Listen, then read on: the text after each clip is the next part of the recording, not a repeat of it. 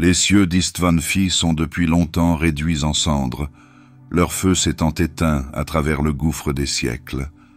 Mais dans le cœur de la garde du corbeau, cette flamme ne s'est jamais vraiment éteinte. Elle persiste, non pas dans l'éclat, mais dans l'ombre, dans le silence, entre les battements de cœur, dans le silence, là où il devrait y avoir des voix. Le massacre n'est plus un moment, c'est un rythme, un battement de tambour lent et profond qui pulse sous chacun de leurs pas. Ils sont venus une fois en force, fiers sous les bannières de l'Imperium, épaule contre épaule avec les légions frères. Ils sont venus avec confiance, avec certitude. Mais ils sont partis en morceaux, pas seulement en nombre, mais aussi en esprit. La trahison a brisé plus que des corps. Elle a brisé quelque chose de plus délicat, de plus sacré, la croyance. Istvanfi n'était pas une bataille. Il s'agissait d'un démembrement. Ceux qui se sont extirpés de cette boucherie de fer n'étaient plus les guerriers d'une grande croisade. Ils étaient des vestiges, des plumes éparses noircies par les flammes. Leur semence génétique s'est amincie, leurs rangs se sont vidés plus vite qu'ils n'ont pu se rétablir. La garde du corbeau, autrefois lance de vengeance précise, n'existait plus qu'à l'état de souvenir cousu de désespoir. Pourtant, même les ailes brisées peuvent trouver du vent. Des ruines de ce monde de sable noir, Corvus Corax a tiré ses fils non pas vers la vengeance, mais vers la renaissance. Il ne parla pas avec une rage tonitruante, mais avec une détermination tranquille. Il les rassembla non pas en légion, mais en nombre. Dans le silence qui suivit le rugissement de l'hérésie, il leur enseigna une nouvelle façon de se battre, une façon plus ancienne que toutes les guerres, une façon façonnée par l'immobilité. Ils ne marchent plus en colonne sous le soleil. Ils ne s'annoncent plus avec des bannières ou des cornes. Désormais, ils se déplaçaient sans être vus. Non pas parce qu'ils craignaient, mais parce qu'ils avaient appris.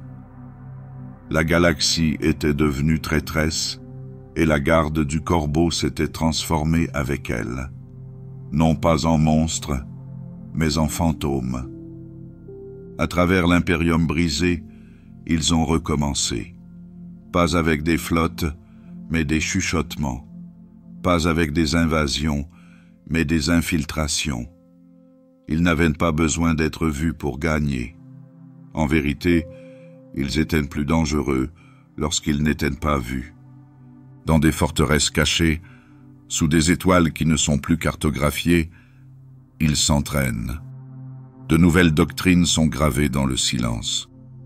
Un mouvement se transforme en commandement. Un souffle devenait un signal.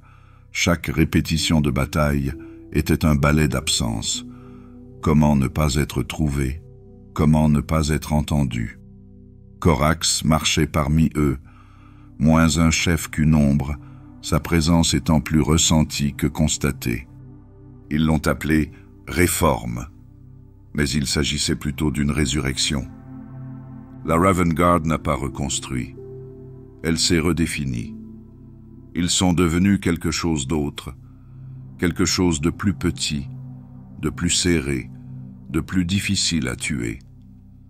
Chaque guerrier a appris la valeur de la patience, l'art de disparaître, la vertu de la retenue. Dans une galaxie où règne le chaos et le tonnerre, ils sont devenus le murmure avant la tempête et le silence après. Même la façon dont ils se souvenaient d'Istvan a changé. Au début, c'était la rage, l'éclat, l'insoutenable. Mais au fil des années, la rage s'estompa pour laisser place au rituel. Ils ne chantaient pas de chansons de vengeance. Ils n'érigeaient pas de monuments. Au lieu de cela, ils ont porté cette perte en silence, gravée dans leurs habitudes comme un vœu jamais prononcé à voix haute. Ils n'ont pas oublié, mais ils n'ont plus brûlé. Il est devenu leur point d'ancrage. Chaque déploiement silencieux, chaque meurtre non marqué, chaque âme sauvée a été fait avec Istvan, résonnant dans l'obscurité derrière eux. Pas pour revivre, mais pour s'assurer que cela ne se reproduise jamais. L'Imperium n'a pas toujours vu la forme que prenait sa guerre. Les grands seigneurs se demandaient où se trouvait leur flotte. D'autres chapitres s'interrogeaient sur leur méthode. Mais la Raven Guard ne se souciait guère de la reconnaissance. Ils ne se battaient pas pour la gloire, mais pour la précision.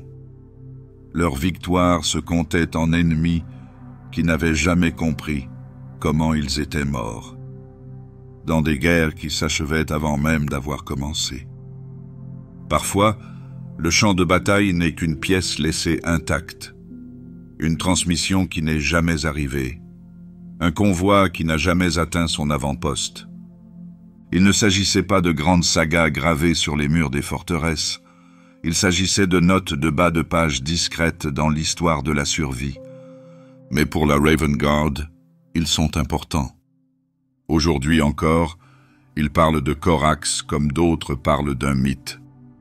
Pas avec des chants ou des serments, mais avec le silence. Sa présence vit toujours dans les espaces entre les mots, dans l'air calme avant le début d'une mission, dans le clic doux et délibéré d'un bolter préparé, non pas pour la guerre, mais pour la nécessité. L'écho d'Istvan n'est pas un cri, ce n'est pas un cri de justice. C'est un souffle, retenu juste un instant de plus, un souvenir aiguisé, pas un deuil. Il les suit, non pas comme un poids, mais comme une direction. C'est la cicatrice qui ne se referme pas, mais qui ne saigne pas non plus. Et dans sa douce pulsation, il continue. Non pas comme la garde du corbeau l'a été, mais ce qu'ils sont devenus. De ce lieu de chagrin devenu discipline, nous descendons dans le silence qui a suivi. Un silence non pas de paix, mais de préparation. Car dans ce calme, ils ont réappris à respirer.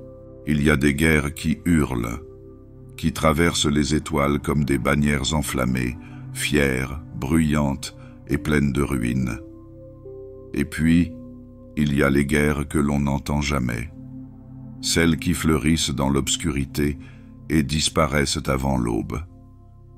C'est là que vit la garde du corbeau, entre les bruits, entre les tonnerres. Dans les siècles qui suivirent l'hérésie, alors que l'Imperium cherchait à se rassurer en s'appuyant sur une puissance écrasante, la garde du corbeau choisit une voie plus tranquille, une voie jalonnée non pas de médailles, mais d'ombre. Alors que d'autres chapitres élevaient des cathédrales de conquête, ces guerriers ne construisaient rien. Ils sont venus, ils sont partis. Seule l'absence est restée. Ils l'ont appelée perturbation. Mais il s'agissait plutôt d'un effacement. Les chefs de guerre ennemis se réveillaient en découvrant des lignes vox mortes, des éclaireurs manquants, des patrouilles entières qui n'avaient tout simplement pas fait leur rapport. Dans des usines lointaines, des systèmes clés tombent en panne au mauvais moment. Les conduites de carburant se rompent. Les munitions ont eu des ratés. Aucune alarme ne retentirait, mais les dégâts se propageraient, silencieux et contagieux. La Raven Guard a compris que le champ de bataille n'était plus une ligne, mais une forme. Et à l'intérieur de cette forme, ils se sont enfilés comme des aiguilles, dénouant les plans un brin à la fois. Ils ne laissaient aucun monument, aucune épave à compter, seulement des conséquences. Ce n'était pas de l'héroïsme, c'était une nécessité. Sur des lunes oubliées, trop petites pour être commandées, trop éloignées pour déclencher une guerre à grande échelle, ils se déplaçaient comme le vent dans des salles fermées. Ils ne cherchaient pas la gloire. Ils cherchaient le déséquilibre, un conduit d'énergie ici, une cache d'approvisionnement là. Parfois, la guerre basculait à cause d'une seule cargaison perdue, et personne ne savait jamais pourquoi. La garde du Corbeau le savait. Ils s'entraînaient non seulement au mouvement, mais aussi à la retenue. Leurs coups étaient brefs, précis et surtout délibérés. Une seule coupure, faite en silence, pouvait anéantir une campagne entière. Leur plus grande bataille ne se mesurait pas en vies humaines, mais en guerre jamais menée. Là où d'autres mesuraient la victoire en champ saisi, eux la mesuraient en moments volés. Même leur langage a changé. Le silence devient une sorte de communication. Dans l'observation immobile, ils lisent le rythme de l'ennemi. Quand il dort, comment il parle, quelles portes il ferme toujours à clé et lesquelles il fait semblant de fermer. Il ne s'agit pas de statistiques à cataloguer. C'étaient des pulsations à suivre. Et quand le moment était venu, il passait à l'action, sans cérémonie, sans pause. Même la garde du Corbeau ne parlait pas de ce qu'elle faisait en détail. Les missions s'estompaient dans les mémoires, n'étaient chuchotées que par ceux qui y avaient participé, et seulement lorsque le moment le permettait. Il n'était pas nécessaire de parler de succès. On le savait à la façon dont les avant-postes ennemis ne tenaient pas, à la façon dont les lignes de ravitaillement se tarissaient, à la façon dont le moral de l'ennemi s'amenuisait lentement jusqu'à l'incertitude. Ils ont laissé la peur sur leur passage, non pas la peur de la mort, mais la peur de l'inconnu.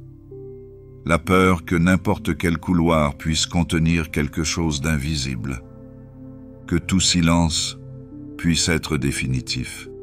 Même entre alliés, la garde du Corbeau reste à part. Leur méthode déconcerte les habitués de la charge et de la contre-charge. Leur silence est pris pour de la froideur, leur absence pour de l'indifférence. Mais la garde du Corbeau se sentait profondément concernée. Si profondément, en fait, qu'ils refusaient de gaspiller une seule vie dans des batailles qui n'avaient pas besoin d'être menées. Ce n'était pas de la lâcheté, c'était de la clarté. Ils ne voyaient pas l'Imperium comme une forteresse à défendre mur par mur, mais comme un délicat réseau de fils, économiques, psychologiques, logistiques. Et ils ont tiré sur ces fils avec des doigts exercés, démêlant les ennemis de l'humanité sans jamais être vus. Parfois, ils étaient appelés à soutenir des campagnes plus importantes. Lorsqu'ils le font, ce n'est jamais sur le front. Ils se glissaient à l'arrière, tournaient les défenses vers l'intérieur, trompaient les commandants, puis disparaissaient à nouveau. Leur présence était moins un renfort qu'un présage, un changement tranquille dans l'air avant que les choses ne s'effondrent. Leurs ennemis commencèrent à leur attribuer des histoires de fantômes, des histoires de guerriers sans yeux, d'ombres qui murmuraient votre nom avant que les lumières ne s'éteignent. Il s'agissait de fiction, bien sûr, mais comme tous les bons mensonges, il reposait sur la vérité. La garde du Corbeau ne hantait pas les champs de bataille. Ils y mettaient fin avant même qu'elle ne commence. Leur primarque leur avait enseigné que l'univers ne se gagnait pas avec des charges rugissantes. Il se gagnait par des décisions prises avant que l'ennemi ne se réveille, dans l'exécution calme, dans la clarté. Et même si Corax lui-même avait commencé à se retirer, ses enseignements restaient gravés dans chaque plan d'infiltration, dans chaque approche silencieuse, dans chaque moment de patience. La victoire n'a pas été une explosion, c'est un écho. Et entre les échos, entre les coups de tonnerre, il y avait le silence. Un silence où la garde du Corbeau s'épanouissait. Ils ne s'attardent pas longtemps, ces guerriers. Leurs empreintes sont peu profondes. Leur sillage est presque invisible. Mais l'absence qu'ils laissent derrière eux est profonde. On ne voit pas toujours la main qui enlève une pierre. Mais le mur dont elle faisait partie tombera quand même. Suivons-les maintenant plus profondément dans le brouillard, vers les endroits où même la stratégie échoue à suivre. Ils ne descendent pas en triomphe. Il n'y a pas de cri de guerre. Il n'y a pas de bannière peinte avec les sigles de la victoire. Lorsque la garde des corbeaux arrive, ce n'est pas dans un rugissement, mais dans le brouhaha de la suie qui tombe. Leur présence s'accumule lentement, comme la fumée d'un feu déjà allumé. On ne remarque pas toujours quand les braises commencent à tomber. On parle de déploiement, mais ce mot est trop précis pour ce qui se passe. La Raven Guard n'atterrit pas, elle filtre. Depuis des vaisseaux largueurs dissimulés dans l'obscurité, depuis le ventre de vaisseaux silencieux trop petits pour être détectés. Derrière les lignes ennemies, ils attendent déjà. Ils sont là avant que la première sentinelle ne bâille, avant que le premier cogitateur ne clignote. Ils sont le moment qui précède la prise de conscience, le battement de cœur qui précède la perte. Ils se déplacent comme des ombres projetées par des flammes mourantes. Chaque pas n'est pas mesuré en vitesse, mais en silence. Chaque respiration s'accorde à l'air immobile qui les entoure. Il n'y a pas de gloire dans ce qu'ils font, seulement un but. Une pureté d'intention qui ne s'embarrasse pas de cérémonie. Le genre de clarté que l'on ne trouve que chez ceux qui ne cherchent plus la reconnaissance. Là où ils atterrissent, le monde ne bascule pas immédiatement. Il retient son souffle. Les opérations se poursuivent, les lumières brûlent, les portes restent ouvertes. Mais derrière la façade, les fils commencent à se relâcher. Une sentinelle ne se présente pas. Le mécanisme d'une porte est défectueux. Une patrouille programmée est retardée. Les changements sont minimes, mais ils s'empilent comme des plumes. Légers, mais étouffants par leur nombre. Et puis, sans crescendo, les choses commencent à s'effondrer. La garde des corbeaux ne tue pas pour se faire valoir. Elle ne supprime que ce qui est nécessaire. Commandants, des techniciens, les officiers Vox, ceux dont l'absence engendre la confusion. Pas une décapitation, mais un démembrement de la cohérence. Un message jamais délivré. Une grève jamais déclenchée. Une défense qui n'a jamais été soulevée. Leur armure, aussi sombre que le vide, se confond avec les ruines qu'ils laissent derrière eux. Ils ne marquent pas leur présence, mais ne l'effacent pas non plus. Les scènes qu'ils laissent sont trop précises, trop délibérées, pour être prises pour des erreurs. L'ennemi le sait, même s'il ne peut le nommer. Quelque chose est venu, quelque chose veille. Les guerriers de la garde du corbeau ne portent aucun ornement, pas de couronne de laurier, aucune garniture dorée. Leur armure n'a qu'une fonction. Chaque plaque est sobre, chaque bord est adouci pour le silence. Ils ne sont pas faits pour être vus. Et quand ils le sont, il est déjà trop tard. Ce n'est pas la peur de la bataille qui motive leur méthode. C'est la compréhension. Comprendre que la galaxie est trop vaste et la guerre trop implacable pour se battre avec du bruit. Que les plus grandes victoires sont celles qui ne sont pas enregistrées. Que ce qui compte le plus, ce n'est pas la bannière brandie, mais la bannière qui n'a jamais flotté. Parmi les nombreuses doctrines de guerre de l'Imperium, celle de la Raven Guard reste la moins partagée. Ce n'est pas par secret, mais par futilité. Leur méthode ne peut être enseignée dans des manuels. Elle est vécue, ancrée dans les eaux, transmise comme on lit le vent dans une ville en ruine. Les recrues apprennent en silence, non pas par des cours magistraux, mais en observant ceux qui disparaissent entre deux respirations. On dit que la Raven Guard se déploie comme une chute de cendres. La métaphore est pertinente. La cendre est douce. La cendre est silencieuse. Mais la cendre étouffe. Elle s'attarde dans les poumons, dans les circuits, dans les plis de la mémoire. Et lorsqu'elle s'installe, le paysage change. Même les étoiles ne peuvent suivre leurs mouvements. Ils frappent à partir de vecteurs imprévus, se tordent dans des plis inexplorés. Leur guerre n'est pas une ligne, c'est une dérive. Un nuage sans centre, se déplaçant avec une délibération tranquille. Lorsqu'ils partent, ce n'est pas une retraite. C'est une conclusion. Une conclusion qui arrive avant que l'on ne comprenne son but. Pour leurs ennemis, ils sont des spectres. Pas des guerriers au sens traditionnel du terme, mais une force d'entropie. Un effritement silencieux. À chaque armée prête à s'affronter, ils apportent un retard. À chaque forteresse prête à être assiégée, ils offrent la désintégration. Non pas par la puissance de feu, mais par la soustraction. Et dans les rares moments où on les aperçoit, dans la faible lumière des réseaux électriques défaillants ou des couloirs sans lune, ils ressemblent non pas à des soldats, mais à des ombres portant une armure, immobiles, insensibles, miséricordieuses uniquement parce qu'elles ne s'attardent pas.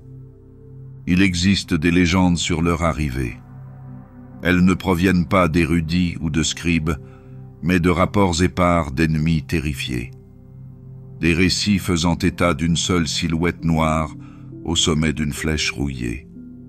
Des unités vox qui crépitent, non pas de statique, mais de souffle, de portes ouvertes qui n'auraient jamais dû être touchées. La plupart des gens croient qu'il s'agit d'histoire, mais la garde des corbeaux ne se soucie pas de les corriger. Ils ne laissent aucun monument, seulement l'immobilité. Et l'immobilité, avec le temps, devient mémoire. Alors que leurs plumes tombent sur les étoiles, nous suivons leurs traces plus profondément dans le crépuscule, vers l'art de disparaître et les lieux où la présence n'est qu'un murmure d'intention. Certains pensent que la guerre se termine lorsque l'ennemi est mort. D'autres pensent qu'elle se termine lorsque la bataille est gagnée. La Raven Guard comprend une autre vérité. La guerre se termine lorsque le guerrier n'est plus nécessaire, lorsque le travail est terminé et qu'il ne reste plus rien à voir. Pour eux, la fuite est aussi vitale que la frappe. Le départ est aussi délibéré que l'arrivée. Ils maîtrisent le retrait non pas comme une retraite, mais comme une libération. Leurs opérations ne lestent pas d'épave, elles lestent de la confusion. Et dans cette confusion, ils se dissolvent. Là où d'autres s'attardent pour revendiquer un territoire, pour brandir des étendards face à la fumée, la Raven Guard se retire avant que la poussière ne retombe, avant que les noms ne soient prononcés, avant même que les vainqueurs ne sachent qu'il y a eu une bataille. Ils sont là. Et puis, ils ne le sont plus. Ce n'est pas un accident, c'est de l'art. La Raven Guard s'entraîne non seulement à l'infiltration, mais aussi à la disparition. Chaque pas en avant doit être accompagné d'un pas en arrière. Chaque assaut doit être précédé d'un itinéraire de fuite connu par cœur. Ils se déplacent dans les zones de combat avec la précision de fantômes, sachant non seulement comment frapper, mais aussi comment partir avant que l'écho ne s'estompe. Pour eux, la survie n'est pas une absence de danger. C'est une discipline, une mise en forme silencieuse de chaque respiration, de chaque décision. Ils disparaissent dans des infrastructures qui s'effondrent, se glissent dans des couloirs défoncés, s'évanouissent derrière des surtensions et des tempêtes artificielles. Parfois, leur retraite n'est rien de plus qu'une pause dans la perception, un clignement des yeux, et ils ont disparu. Ce n'est pas de la magie, c'est de la maîtrise. Là où d'autres tiennent le terrain avec des lignes de siège, la garde du Corbeau libère les prisonniers à l'intérieur des systèmes verrouillés. Ils n'abattent pas les murs, ils déverrouillent les chaînes. Ils ne sèment pas seulement la destruction, mais la possibilité, la libération, la rébellion, la perturbation. Après tout, un esprit libéré est aussi dangereux qu'une arme détruite. Lorsque des citoyens loyaux disparaissent des oubliettes de régimes hérétiques, lorsque des mouvements de résistance sont créés dans des villes mortes, aucune médaille n'est décernée, aucun discours n'est prononcé. Mais parfois, dans les plis de bannières cachées, le sigle de la Raven Guard est dessiné au charbon de bois et à la poussière. Il n'est vu que par ceux qui savent tout chercher. Leur héritage n'est pas une conquête, c'est l'interruption. Ils passent comme des ombres dans les stations en feu, guidant les oubliés, les pris, les silencieux. Leurs missions ne sont pas relatées dans des rapports, mais dans des mythes, des figures à demi-souvenirs en armure sombre, guidant les gens dans les puits de ventilation, les tunnels d'alimentation, les lignes de tir silencieuses. Des sauvetages évoqués à voix basse, jamais confirmés. Pour la garde du Corbeau, ces murmures suffisent. Là où l'Imperium crie ses victoires depuis les balcons des forteresses, la Raven Guard laisse parler le silence. Leur absence est leur propre record. Et en leur absence, d'autres s'élèvent. Des prisonniers retrouvent le chemin des familles cachées. Les colonies opprimées commencent à respirer. Des avant-postes autrefois enfermés dans la peur découvrent que leurs surveillants ont disparu, remplacés par des armures vides et des câbles coupés. Les gardes Corbeaux ne sont pas des sauveurs. Ils sont une bouffée d'air dans des locaux fermés, une fissure dans le verre, une issue.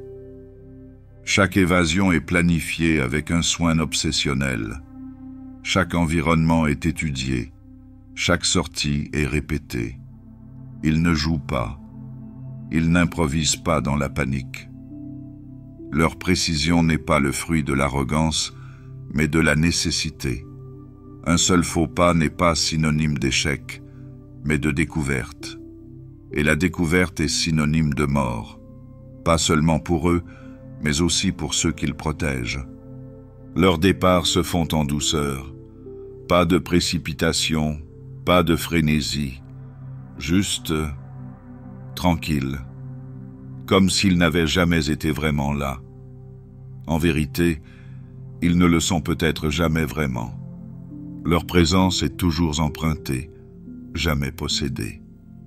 Ils interviennent là où ils doivent le faire, mais jamais plus. Ils font ce qu'il faut, mais pas plus. C'est ainsi que naissent les histoires de fantômes. Dans les bunkers ennemis et les tours abandonnées, on raconte des histoires de personnages que l'on ne voit que dans la vision périphérique. Des systèmes qui s'arrêtent sans erreur. Des voix sur des canaux intraçables qui ne disent qu'un seul mot. Fuyez. Les gardes parlent de présences invisibles, de portes laissées ouvertes derrière eux, des camarades qui disparaissent sans bruit. Personne ne peut prouver que le Raven Guard était là, mais la peur demeure, et la peur devient fonction. Lorsque l'ennemi commence à douter de sa sécurité dans ses propres forteresses, la bataille est déjà gagnée. Lorsqu'il commence à douter de ses yeux, à trop entendre dans le silence, il est déjà en train de battre en retraite, non pas devant des armées, mais devant l'idée de présence. C'est la doctrine de la garde du Corbeau, gravée dans le silence. N'être vu que lorsqu'il est trop tard, n'être entendu qu'au moment de la retraite, et ne se souvenir que de ceux qui ont été épargnés. Ils se battent non pas pour être connus, mais pour être oubliés par ceux qui tombent. Alors qu'ils disparaissent d'un autre théâtre brisé, ne laissant aucun débris derrière eux, seulement des portes déverrouillées et des couloirs silencieux. Ils s'enfoncent à nouveau dans l'obscurité. Plus loin, plus profond encore, se trouve le royaume des vérités occultées.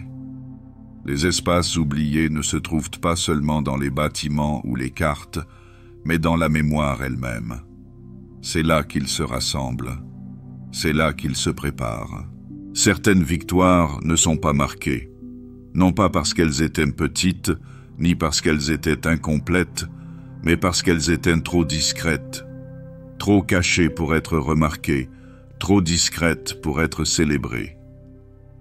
Dans les archives sans fin de l'administratum, où les guerres sont comptabilisées comme les récoltes de céréales et où les planètes sont répertoriées selon leur degré de loyauté, la garde du corbeau n'apparaît que dans les notes de bas de page, si tant est qu'elles apparaissent. Mais il ne s'agit pas d'un échec. Il s'agit d'une conception. La garde du corbeau n'a jamais cherché la lumière. Ils n'ont pas été conçus pour être acclamés ou se tenir devant des foules en liesse. Ils sont nés dans l'ombre, et c'est dans l'ombre qu'ils sont retournés, avec joie et sans bruit. Alors que d'autres recherchaient les lauriers et l'héritage, la garde du corbeau mesurait sa valeur à l'aune de ce qu'elle ne voyait pas. Une guerre évitée, une rébellion étouffée avant même d'avoir commencé. Un système laissé en place parce que personne ne savait qu'il était menacé. Le haut commandement les oublie.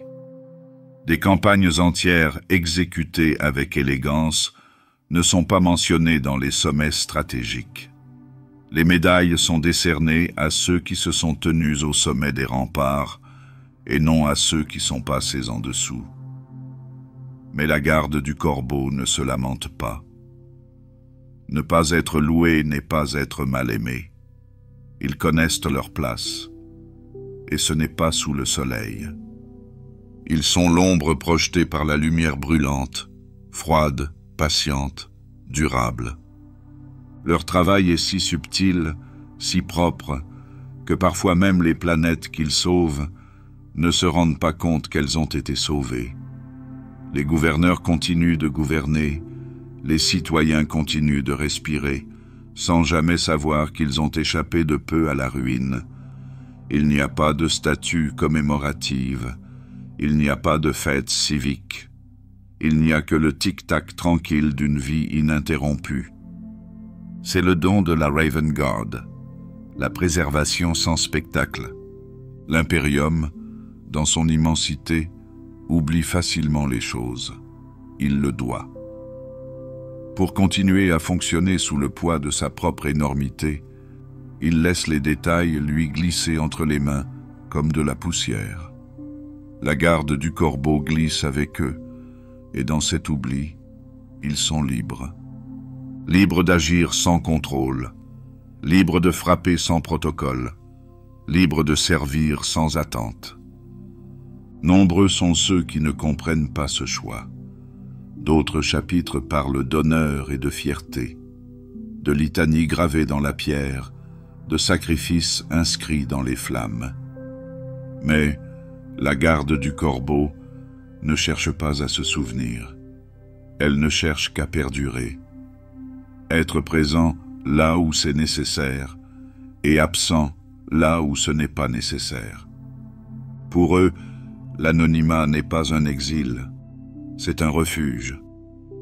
À bord de leur navire, il n'y a pas de galerie des campagnes passées. Leurs salles sont calmes, sans fanfare. Les noms sont enregistrés non pas pour la gloire, mais pour le souvenir. Non pas pour leurs actes, mais pour leurs objectifs. Chaque guerrier est une lueur dans la longue obscurité, brève, nécessaire, puis disparue. Leur victoire se propage sans être reconnue. Un groupe de guerriers hérétiques ne parvient pas à se rallier parce que son chef n'est jamais revenu. Une cache d'armes explose en orbite profonde et une campagne s'effondre avant même d'avoir commencé. Tels sont les triomphes de la garde du corbeau, non pas des batailles gagnées, mais des batailles refusées. Et le déni est un art à part entière. Ils n'ont aucune patience pour les cérémonies. Après chaque campagne, ils ne défilent pas. Ils partent. Avant que l'on puisse leur offrir de la gratitude, ils sont déjà en mouvement, déjà à l'écoute du prochain signal. Ils se transforment déjà en brouillard. Parmi les étoiles, il y a de nombreux chapitres de héros, des géants vêtus d'étincelantes armures, chantant la colère et la rédemption. Mais la garde des corbeaux ne chante pas. Leurs hymnes sont silencieux.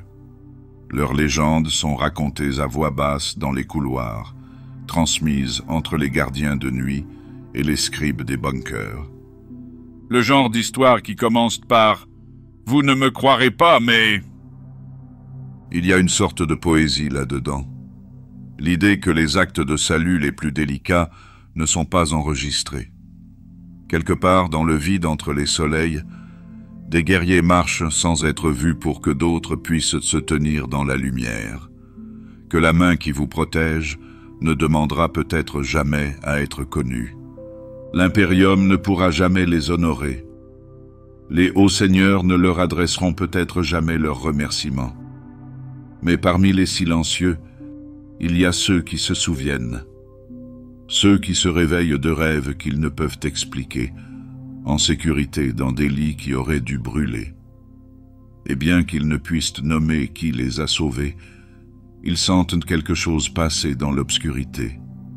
Un silence, une présence, puis plus rien. Cela suffit. Cela doit suffire. C'est ainsi que la garde du corbeau se poursuit, sans récompense, sans fanfare, oubliés par le monde même qu'ils protègent. Dans cet oubli, ils trouvent leur clarté. Hors de portée des projecteurs et des proclamations, leur chemin mène plus loin dans l'obscurité, vers les lieux où la guerre n'est pas seulement combattue, mais aussi remodelée. Là où personne ne regarde, il y a ceux qui font la guerre au rythme, à la structure, avec une pulsation qui se répète. Les colonnes avancent, les rangs tournent, les tirs s'épanouissent avec une intention mesurée. La victoire, dans ces domaines, se trouve dans le calcul, savoir ce qui va suivre avant que cela n'arrive. Mais la Raven Guard n'offre pas ce genre de confort. Leur guerre n'a pas de forme, pas de cadence, aucune carte pour en tracer les contours. Ce n'est ni une tempête, ni une marée. C'est de la brume, toujours changeante, intouchable, non revendiquée. Ce qu'ils abandonnent, c'est la doctrine. Non par défi, mais par nécessité. Les modèles sont des cages, et les cages peuvent être brisées. La garde du corbeau préférerait être un vent plutôt qu'un mur, car les murs peuvent tomber. C'est pourquoi ils se déplacent avec un instinct aiguisé au silence, réagissant non pas aux ordres, mais aux besoins. Chaque campagne est différente de la précédente. Ce qui était une infiltration devient une embuscade la fois suivante. Le sabotage se transforme en libération, puis disparaît dans le néant. Il n'y a pas de méthode fixe, pas de codex pour enseigner ce qui n'est pas écrit. Leurs tactiques ne sont pas transmises par des diagrammes ou des exercices, mais par des moments vécus. Des leçons chuchotées à l'aide de lampes à faible combustion, prononcées entre deux regards, comprises dans le silence. Ils frappent là où l'ennemi se sent le plus en sécurité et partent avant que les alarmes ne résonnent. Parfois en équipe de 3, parfois seuls. Parfois, ils s'engagent dans un théâtre entier. Parfois, ils éliminent un homme dans un hall bondé et disparaissent dans la confusion. Rien ne se répète, c'est leur constante. Les prédire, c'est échouer. Car ce qu'un garde-corbeau fait aujourd'hui, un autre ne le fera pas demain. Et ce qui a fonctionné une fois ne se reproduira plus. Même leurs alliés ont du mal à les suivre. Le soutien n'arrive jamais là où on l'attend. Les missions changent à mi-chemin. Les renforts découvrent des cibles déjà disparues, neutralisées ou éliminées sans préavis. Et pourtant, derrière le chaos, il y a le contrôle. Dans ce labyrinthe mouvant, chaque fil est délibéré. Chaque changement de cap, chaque fausse piste, chaque choix de sortie, tout est élaboré avec la patience de ceux qui comprennent que la survie exige plus que de la force. Elle exige de l'incertitude, pas pour eux-mêmes, mais pour ceux qui les chassent. Un ennemi ne peut pas contrer ce qu'il ne peut pas tracer. Il y a ceux qui cherchent des modèles, des ennemis désespérés qui veulent trouver un rythme. Ils étudient les dossiers de déploiement, suivent les trajectoires des mouvements, cartographiant les zones de conflit. Mais les résultats n'offrent que des contradictions. Des unités vues dans un cadran apparaissent dans un autre, sans avoir jamais voyagé. Les frappes sont d'une précision identique, mais leur méthodologie est complètement différente. L'une laisse des traces d'interférences plasmatiques. Une autre, un couloir fermé de l'intérieur sans aucun signe d'entrée. Ce qu'ils cherchent à définir, c'est l'absence de cohérence de la Raven Guard. Et c'est dans cette absence que l'ennemi s'effondre. Au sein du commandement de la Raven Guard, il n'y a pas de tableau de campagne, pas de grand diagramme de théâtre et de division. Au lieu de cela, il y a le calme. Un réseau de décisions façonné non pas par des projections, mais par l'intuition. Leur chef ne se fie pas au tableau prévisionnel, mais à l'instinct de ceux qu'ils guident. Chaque commandant est libre, car seule la liberté permet l'inattendu. Ainsi, leur guerre devient une sorte de désécriture, un démantèlement de ce que d'autres croient que la guerre doit être. Ils ne se contentent pas de refuser à leurs ennemis toute certitude. Ils leur refusent de la narration. Ils amènent l'ennemi à s'interroger sur ce qui vient de se passer. S'agit-il d'une bataille, d'un accident, d'un tour de passe-passe de capteurs défaillants? Et dans cette interrogation, le contrôle échappe à l'ennemi. Mais la garde des corbeaux ne jubile pas. Ils ne se moquent pas de la confusion qu'ils laissent derrière eux. Leur détachement n'est pas de la cruauté, c'est de la concentration. L'émotion obscurcit le chemin, le silence l'éclaircit. Leurs campagnes sont marquées non pas par des frontières franchies, mais par la perte de cohérence. Les chaînes d'approvisionnement s'effilochent, les ordres se croisent, les commandants commettent des erreurs, doutent les uns des autres, battent en retraite trop tôt ou trop tard. La Raven Guard ne brise pas l'ennemi dans un engagement ouvert. Elle laisse l'ennemi se défaire de lui-même. Même parmi les leurs, rares sont ceux qui peuvent prédire la suite des événements. Ce qui reste constant, c'est que chaque opération est conçue non pas pour submerger, mais pour transformer. Pour transformer les forteresses en rumeurs, pour transformer l'espoir en suspicion. Il n'y a pas deux batailles identiques. Il n'y a pas de modèle à réconforter. Et pourtant, dans cette imprévisibilité, quelque chose d'ancien demeure. Le sens de l'objectif. Non pas dans la victoire, mais dans la perturbation. Non pas dans la destruction, mais dans l'incertitude.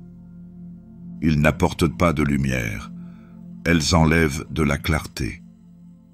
Dans les coins les plus reculés de la galaxie, là où les rapports disparaissent et où les guerres se terminent avant d'avoir commencé, la Raven Guard se promène. Pas en nombre, pas en termes de nom, mais en silence. Et dans ce silence, il y a une forme qui ne peut être retenue, Une guerre qui n'est pas liée par la forme, mais par l'intention. L'avenir nous réserve quelque chose de plus silencieux encore. La fraternité née non pas d'une cérémonie, mais de longues nuits et d'une confiance invisible. Ceux qui se battent seuls, mais ne se sentent jamais seuls. Tous les liens de parenté ne sont pas forgés dans le triomphe. La confiance ne naît pas toujours d'une célébration ou d'une acclamation partagée. Certains liens sont discrets. Ils se forment dans le silence entre les mouvements, dans la pause qui précède l'action. Au sein de la Raven Guard, la fraternité n'existe pas en tant que vérité parlée, mais en tant que rythme, compris sans avoir besoin de mots. Ce ne sont pas des guerriers qui parlent de loyauté. Ils la vivent. Dans le calme des préparatifs, dans le bruit sourd des navires de guerre qui glissent dans le silence du vide et du noir, ils se rassemblent non pas comme des foules, mais comme des silhouettes. Pas de chant, pas de sermon, seulement une présence. Leur unité n'est pas le fruit d'une cérémonie, mais de l'expérience. Chaque hochement de tête, chaque regard est un souvenir échangé, une reconnaissance silencieuse des moments vécus, une compréhension commune que dans les heures les plus sombres, lorsque personne d'autre ne regarde, ils seront là les uns pour les autres. C'est la parenté des fantômes, ceux qui se battent sans être vus et qui reviennent à l'improviste. Il n'y a pas de grands serments répétés parmi eux, pas de cris de guerre avant qu'ils ne tombent de l'orbite. Au lieu de cela, il y a l'immobilité, un bref croisement de regards, un silence de connaissance plus profond que toute proclamation. Ils n'ont pas besoin de déclarer leur foi, ils agissent simplement avec elle. Sur le terrain, ce lien devient tout. La communication est rompue, les ordres sont tronqués, mais rien ne s'arrête, parce que chaque frère sait déjà ce que l'autre va faire. Ce n'est pas le fruit d'une instruction, mais d'une confiance forgée au cours d'innombrables batailles silencieuses. Ils agissent comme un seul homme, non pas parce qu'on leur a appris à le faire, mais parce qu'ils ont vécu les conséquences de ne pas le faire.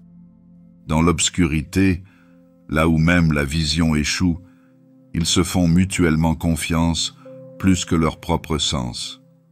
Dans les ruines embrumées d'avant-postes oubliés, dans les bas-fonds peu éclairés de villes qui s'effondrent, ils suivent des pas qu'ils n'entendent pas, mais qu'ils ressentent.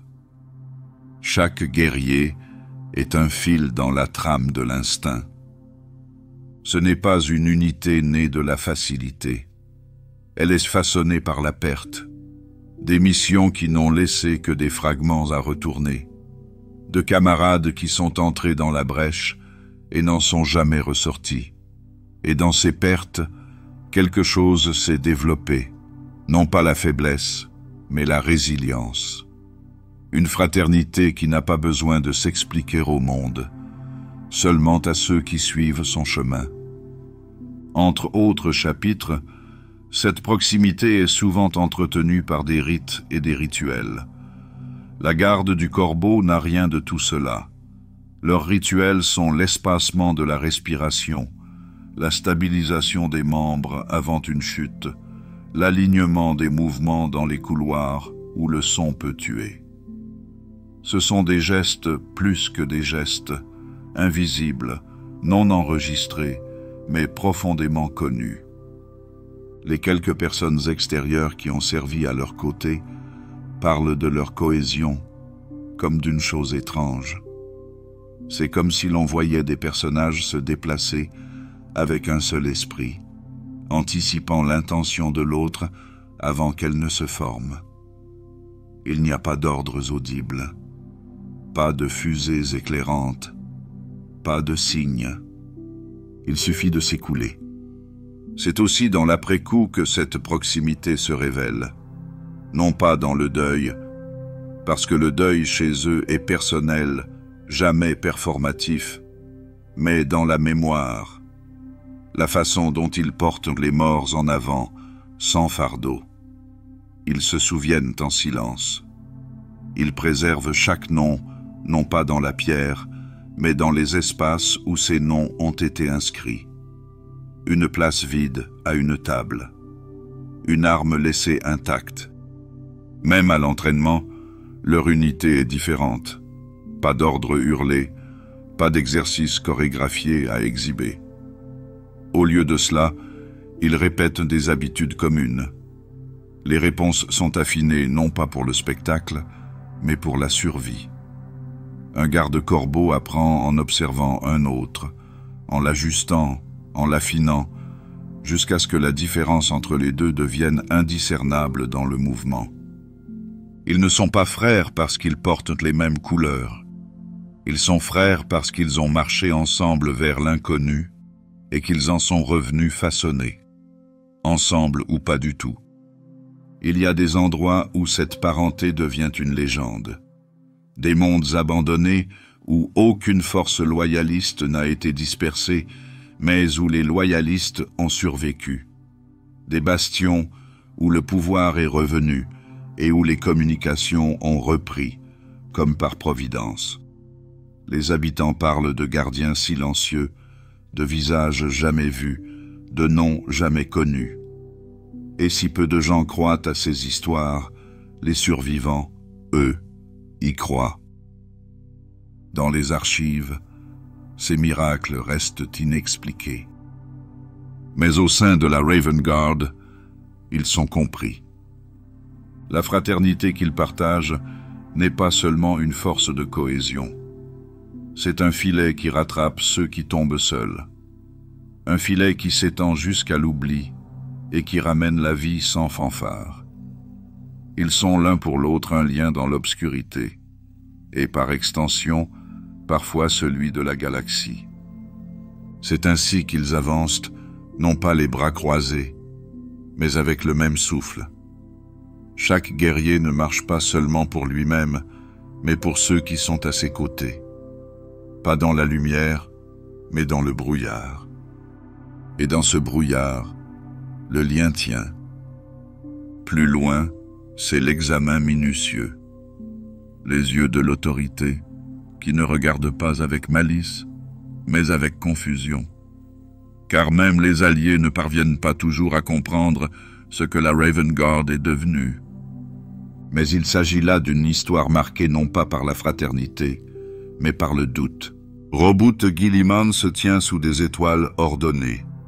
Autour de lui, Ultramar s'étend dans une géométrie parfaite, un royaume reconstruit à partir de siècles brisés, où chaque ville respire en cadence et où chaque édit porte sa marque. C'est un lieu où la discipline a été rétablie, où la structure a été reconquise. Dans le sillage du chaos, il a façonné la clarté, une renaissance mesurée. Pourtant, il y a des choses au sein de l'Impérium qui ne se plient pas au plan. Parmi eux, la garde des corbeaux. Ils n'arrivent pas lorsqu'on les convoque. Ils n'établissent pas de rapport avec précision. Leurs déploiements se font sans préavis. Leurs victoires sont chuchotées longtemps après leur départ. Guilliman, toujours architecte, ne voit pas en eux de la désobéissance, mais quelque chose de plus étrange. Quelque chose d'essentiel, mais sans attache. Il les regarde se déplacer entre les campagnes comme de la fumée dans l'air sans vent, jamais immobile, jamais ancrée. Il n'y a pas de formation fixe, pas de rythme dans leurs manœuvres. Le codex Astartes, son œuvre maîtresse, n'en tient pas compte. Non pas parce qu'il l'interdit, mais parce qu'il ne peut pas le définir. La garde du corbeau se glisse entre les définitions. Et cela, Guilliman ne peut le nommer. Il parcourt les couloirs de son commandement reconstitué, l'esprit agité par la structure, mais attiré par les bords où la structure s'estompe. Il ne doute pas de leur loyauté, non, mais il ne peut pas tracer leur objectif avec la clarté qu'il exige des autres. Il voit un chapitre qui obéit, mais qui ne se conforme jamais. Cela l'inquiète, non pas parce qu'ils sont errants, mais parce qu'ils sont nécessaires. Là où le codex offre la prévisibilité, ils offrent la perturbation. Là où ces légions s'étendent comme des formations sur un champ, les leurs se déplacent comme des fils tirés sous le tissu. Il a besoin d'eux, mais ne peut pas les mesurer. Et pourtant, il regarde. Des rapports lui parviennent faisant état de victoires que personne ne peut expliquer. Des avant-postes sécurisés sans conflit connu. Des ennemis mis en déroute avant même que le premier coup de feu ne soit tiré. Des chaînes d'approvisionnement qui s'effondrent sans interférence visible. Guilliman étudie ces récits non pas avec scepticisme, mais avec une inquiétude tranquille. En effet, chacun de ces actes porte la marque indéniable de la garde des corbeaux, mais ne permet pas de savoir comment cela a été fait. Ils sont une variable manquante dans une équation parfaite. Parfois, ils convoquent leur capitaine. Les réunions sont brèves. Les conversations sont minimales. Ils parlent de structure, de réforme, d'alignement sur les objectifs impériaux plus larges. Ils acquiescent, ils écoutent, puis ils partent et font ce qu'ils ont à faire. Et d'une manière ou d'une autre, Guilliman ne les arrête pas. Parce qu'il sait, quelque part au-delà de tout calcul, que ce qu'ils sont, c'est ce qu'il n'est pas. Ils sont le souffle entre les proclamations, le tremblement sous les fondations de marbre. Ils ne contestent pas son ordre, ils vivent en dehors de lui, et c'est cette distance qui leur donne du pouvoir. Pour la garde du corbeau, Guilliman n'est ni un ennemi, ni un maître. Il est l'architecte d'une réalité qu'ils ne rejettent pas, mais dans laquelle ils ne peuvent résider. Ils le respectent, ils suivent sa volonté quand ils le peuvent. Mais leur guerre n'est pas construite dans des diagrammes. Elle naît dans l'instinct, dans des moments qui ne peuvent être répétés. Ils ne sont pas défiants, ils sont divergents. Guilliman, malgré toute sa brillance, se débat avec cela. Avec une pièce qui ne correspond pas au puzzle, mais qui maintient l'ensemble ensemble. Il voit leur nécessité, et pourtant il s'interroge. Non pas leurs résultats, mais leur méthode. Pas leur loyauté, mais leur silence. Il sait aussi que les racines sont plus profondes. À Corax. Le primarque des ombres, aujourd'hui absent depuis longtemps, n'a jamais emprunté le chemin des trônes brillants. Il parlait à voix basse et enseignait avec des gestes discrets. Il y avait en lui un refus, non pas de la loyauté, mais du spectacle. Un refus qui résonne encore dans chaque opération de la garde des corbeaux. Guilliman, façonné par les fardeaux silencieux de son propre père, reconnaît cet écho, et il n'essaie pas de le réécrire. Au lieu de cela, il recule. Il leur permet de rester à moitié vu, à moitié connu, car il sent, dans les plis de sa grande stratégie, qu'il y a des batailles à venir qu'aucune formation ne gagnera, des guerres qui seront perdues si elles sont menées en ligne droite.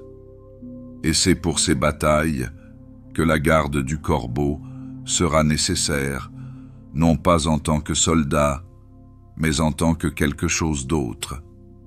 Quelque chose qui n'est pas tout à fait définissable. Il ne les comprend pas, mais il ne les interdit pas. C'est là, dans cet espace, où le doute rencontre la permission, que la garde du corbeau continue. Non loué, sans forme, non oublié. Une incertitude nécessaire dans un monde qui a désespérément besoin d'ordre.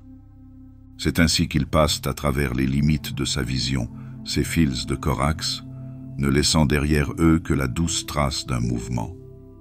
Au-delà de cette tension vigilante se trouve l'héritage, non pas de reliques ou d'archives, mais d'outils transmis de main en main, aussi silencieusement que le crépuscule. Dans les voûtes profondes du Ravenspire, où la lumière est suspendue à d'étroites fentes et où la poussière se déplace comme un souffle, se trouvent des objets dont on ne parle pas souvent. Il ne s'agit pas d'artefacts conçus pour éblouir les yeux ou attirer la vénération des pèlerins. Ils ne sont pas ornés d'or, ni constellés de pierres précieuses. Ils sont sombres, pratiques, silencieux. Mais ils se souviennent. La garde des corbeaux ne conserve pas les reliques pour la cérémonie. Chaque lame, chaque boulon, chaque dispositif sont des outils. Pourtant, ils sont porteurs d'écho.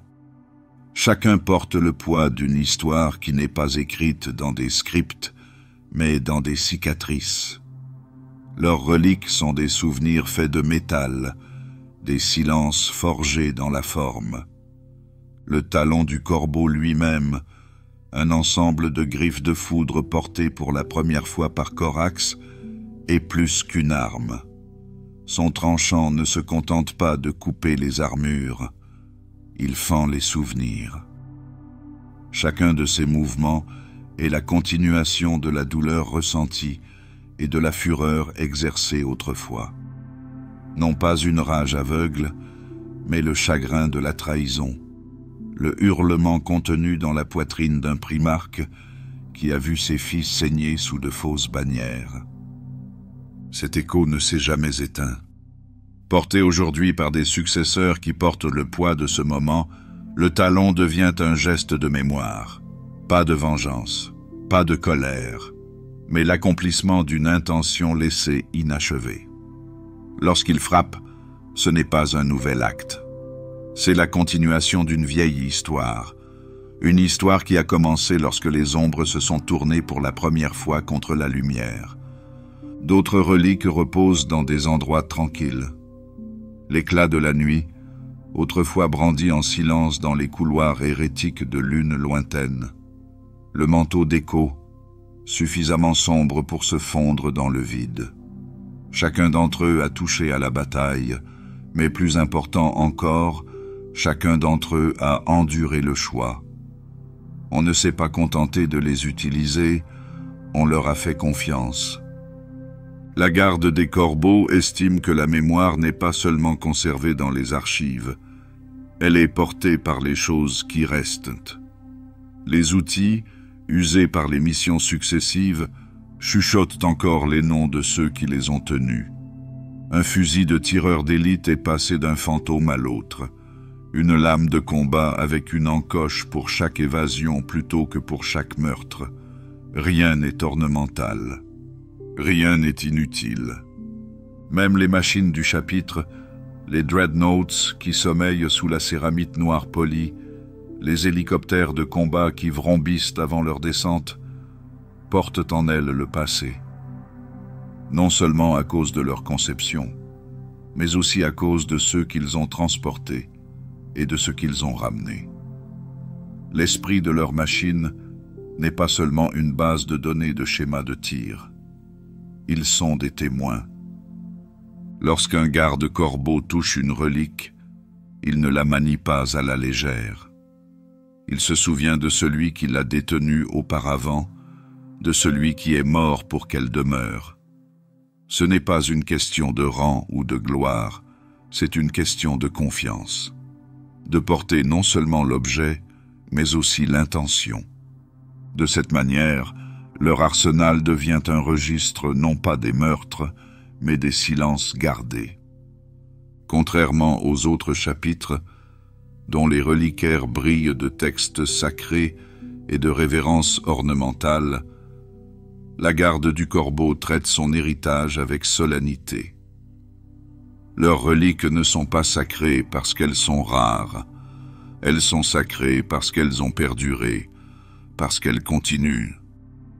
Pour un observateur extérieur, ces objets peuvent sembler banals. Un couteau dont la pointe est émoussée, un pistolet à verrou gravé sans insigne. Mais la garde du corbeau sait ce que de tels outils ont fait, les murs qu'ils ont escaladés, les couloirs qu'ils ont nettoyés, les vies qu'ils ont choisi de ne pas prendre. Même leur armure porte ce fardeau. Certaines combinaisons sont des patchworks, d'anciens composants intégrés à des systèmes plus récents. Ce n'est pas par nécessité, mais par choix. Chaque cicatrice non réparée raconte une histoire. Non pas celle de la gloire, mais celle d'une survie tranquille. Et ceux qui les revêtent le font en sachant qu'ils marchent dans l'écho d'un autre. Il n'y a pas de spectacle. Il n'y a que de la continuité. Ces objets ne restent pas derrière une vitre. Ils retournent à la guerre, transmis, restaurés en silence, réactivés avec soin. Leur héritage n'est pas de reposer, mais de continuer à servir. Dans les guerres modernes, elles restent pertinentes, non pas en raison de leur technologie, mais en raison de leur signification. Elles nous rappellent que chaque mission n'est pas nouvelle, mais qu'elle s'inscrit dans une durée plus longue, que chaque frappe silencieuse s'appuie sur un millier d'autres qui l'ont précédée. Lorsque la garde des corbeaux se déplace, ces reliques se déplacent avec elle, pas comme des bannières, pas comme des déclarations, mais comme des rappels. Vous n'êtes pas seul. D'autres ont emprunté ce chemin, d'autres ont disparu pour que vous puissiez arriver. Ainsi, ces outils anciens tranchent les guerres actuelles avec la patience de ceux qui en ont trop vu pour se précipiter. Ils sont tenus en respect, non pas pour leur puissance, mais pour leur passé. Ainsi, la Raven Guard ne se contente pas de combattre avec des armes. Ils se battent avec la mémoire. Devant, sous le silence, quelque chose veille. L'ennemi devient plus que mortel. Une présence qui n'est pas liée à la chair, mais à la malice tissée à travers la chaîne. Et dans ce lieu, même les ombres commencent à s'agiter. Parmi les cendres des forteresses en ruine, sous les tours à moitié englouties par leur propre corruption, il y a des endroits où le silence n'est pas vide. C'est une présence. Là où le vent ne bouge pas, mais attend.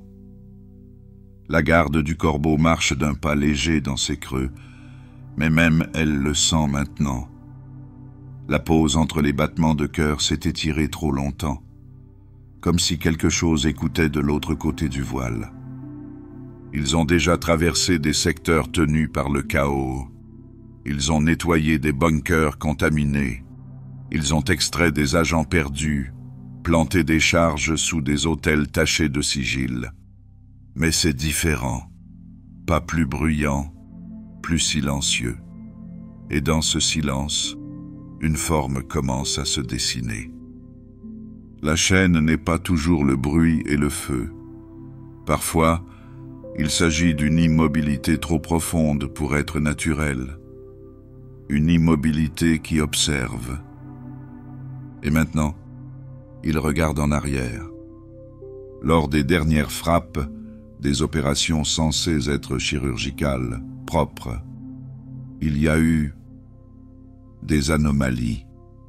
Pas de dysfonctionnement, pas de résistance, mais des détails étranges, des enregistrements de voix non envoyées, des portes qui se referment derrière elles sans aucun mécanisme, des ombres qui persistent dans des pièces vides. Les rapports sont subtils, enfouis profondément, souvent omis dans les transmissions officielles, mais ils sont partagés entre frères dans les coins les plus sombres. Pas la peur, juste une prise de conscience. La distorsion a commencé à se manifester. Là où leur intrusion passait inaperçue, elle laisse maintenant des ondulations. Là où ils se déplaçaient comme un souffle dans des poumons déjà mourants, on a maintenant l'impression d'inhaler quelque chose de vivant. Ils s'adaptent, bien sûr. La Raven Guard s'adapte toujours. Les routines changent. L'équipement est recalibré. Les Psykers sanctionnés sont rapprochés, mais pas à portée de main. Mais cela n'empêche pas le sentiment que quelque chose au-dessous de la réalité n'est plus endormi. Au cours d'une mission, une équipe trouve une station de diffusion hérétique toujours en activité. L'équipage est mort depuis longtemps. Pas de courant, pas de signaux. Pourtant, les écrans émettent une lumière rythmée. Pas de modèle, pas de source, juste un battement. Comme si l'on écoutait un cœur qui n'est pas le sien. Ils le détruisent. Mais même dans les décombres, le rythme reste dans les mémoires, comme s'il s'agissait d'une action qu'ils ont menée à bien. La chaîne ne se contente pas de rester passive, elle a commencé à faire pression. Pas avec des légions, pas avec des démons hurlant dans l'espace réel, pas encore, mais avec attention. Le garde-corbeau le sent. Dans la façon dont les ombres se courbent, même lorsqu'elles sont immobiles. Dans la façon dont leur propre reflet hésite avant d'imiter le mouvement. Leur tactique reste saine. Les missions sont couronnées de succès, mais le succès semble plus mince, comme de la glace sous le pied. Même les plus aguerris, les vétérans de 10 000 raids, ont commencé à se déplacer plus prudemment, pas plus lentement, mais avec la conscience d'être vus. C'est ainsi qu'une question commence à se poser. Qu'est-ce qui change? Il ne pose pas la question à haute voix, mais elle persiste dans les pauses entre le déploiement et le retour. Le sentiment que ce qui les cachait autrefois n'est plus garanti, que le manteau de silence qu'ils portaient si facilement auparavant vacille à présent sur les bords. Il y a des théories, bien sûr, des conversations tranquilles avec ceux qui cartographient les marées, des doutes chuchotés, échangés avec les bibliothécaires qui osent regarder trop longtemps dans des avenirs qui vacillent et se tordent. Rien de confirmé, rien de concret, mais quelque chose d'ancien est en train de changer. Autrefois, ils traversaient le territoire ennemi sans se faire remarquer. Aujourd'hui, l'ennemi tourne la tête un peu trop tôt. Pas par erreur, mais par instinct, comme si quelque chose de profondément enfoui dans la peau de la galaxie commençait à murmurer leur nom. Et la garde des corbeaux ne panique pas, elle s'adapte. Ils révisent les trajectoires, ils redoublent d'efforts. Ils travaillent non seulement pour rester invisibles, mais aussi pour être complètement oubliés. Et pourtant, ils veillent. Dans tous les endroits sombres où ils pénètrent maintenant, on a l'impression que ce n'est pas seulement la garde du corbeau qui s'avance, que le vide lui-même se penche à leur rencontre, non pas avec rage, mais avec curiosité. C'est ce qui est le plus troublant. La chaîne est vaste, infinie dans sa folie, mais lorsqu'elle commence à vous remarquer, non pas pour vous détruire, non pas pour vous revendiquer, mais pour vous observer, vous commencez à vous demander ce qu'elle veut, ou pire, ce qu'il sait. C'est ainsi qu'une nouvelle phase s'ouvre. Il n'est pas marqué par des alarmes ou des klaxons, mais par un silence lent et changeant. Pas un cri, une question. Que voit-il lorsqu'il regarde la garde corbeau? Pas seulement des guerriers, pas seulement des intrus, mais peut-être des échos de quelque chose dont il se souvient, ou de quelque chose qu'il craint. En disparaissant une fois de plus dans la brume et la ruine, ils emportent la question avec eux, silencieuse, mais présente. Dans le prochain chapitre, nous suivrons une personne qui ne peut pas laisser ses échos derrière elle. Il y a une silhouette dans le vide, plus sombre que les ombres qui l'ont fait naître. Il se déplace sans bruit, sa présence ne suscite pas la peur, mais un respect teinté de deuil. Corvus Corax, fils de l'empereur, primarque de la garde du corbeau, marche encore parmi ses fils. Pourtant, il n'est pas à leur côté. Pas vraiment. Il est une présence plus qu'un homme. Une silhouette aperçue à travers la travée d'un hangar. Une lueur dans un couloir de minuit. Quand il parle, c'est rarement avec des mots. Son regard suffit. Son silence parle plus clairement que la plupart des ordres. Et ceux qui le suivent ne le font pas seulement par devoir, mais pour quelque chose de plus silencieux, quelque chose de plus lourd.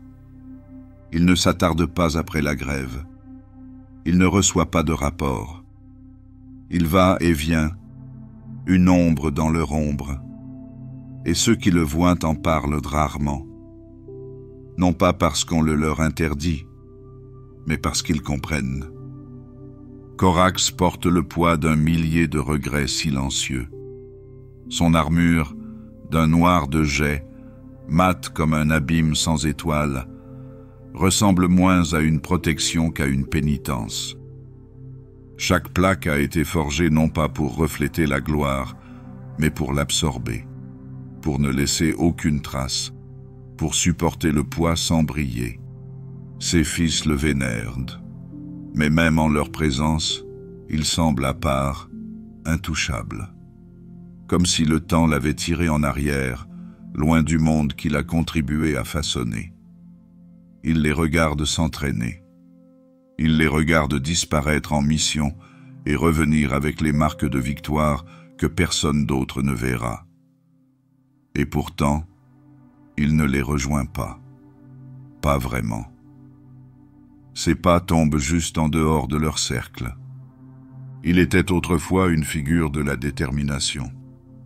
Aujourd'hui, c'est un homme de réflexion. L'hérésie a pris beaucoup de choses. La confiance, les frères, la clarté. Mais pour Corax, il s'agissait de quelque chose de plus personnel, sa certitude. Il a tout donné pour protéger sa légion. Il les a vus saigner à Istvan. Il a essayé de les reconstruire avec une science interdite. Et ce faisant, il a créé des monstres. Certaines choses sont pardonnées par le temps, mais pas par Corax. Il ne marche plus pour diriger, mais pour témoigner, pour s'assurer que ceux qui restent ne deviennent jamais ce qu'ils craignaient autrefois. Il leur fait confiance, mais il ne fait pas confiance à l'héritage qu'il a transmis, et pourtant, ils le suivent, encore, non par obéissance, mais parce que, même brisé, Corax reste le centre de leur vérité. Sa souffrance est leur encre. Sa présence, un rappel que même les plus blessés peuvent endurer. Il ne prêche pas. Il n'inspire pas. Mais il reste. Il n'est plus le commandant de grandes croisades. Il n'élève pas la voix avec fureur. Il agit avec une précision tranquille, n'intervenant que lorsque quelque chose de plus profond l'agite.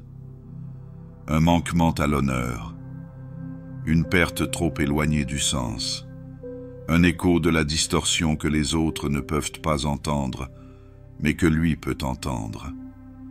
Ses fils, malgré leur silence, sentent qu'il les observe. Il ne guide pas avec la lumière, mais avec l'ombre. Il parle rarement maintenant, mais quand il le fait, ce n'est pas avec certitude, c'est avec vérité. Il n'y a pas de rédemption, a-t-il murmuré un jour, seulement le travail d'essayer de la mériter. Pour Corax, la rédemption est lointaine, peut-être inaccessible, non pas parce qu'elle lui a été refusée, mais parce qu'il ne la cherche pas. Il cherche seulement à empêcher une autre chute. Une autre blessure sur la galaxie qui a commencé dans la confiance et s'est terminée dans la ruine. C'est ainsi qu'il marche. À travers des champs de bataille depuis longtemps refroidis, dans les salles d'entraînement éclairées uniquement par les faibles lueurs d'urgence. Il ne commande pas, il observe, il ne corrige pas, Il rappelle. Dans les voûtes de données de l'Imperium, Corax figure parmi les disparus. Certains prétendent qu'il a péri, d'autres qu'il s'est enfui. Son nom ne figure pas dans les archives de la guerre. Mais au sein de la Raven Guard, sa présence n'est ni remise en question ni expliquée. Ils savent qu'il est avec eux, et ils savent qu'il est à l'écart.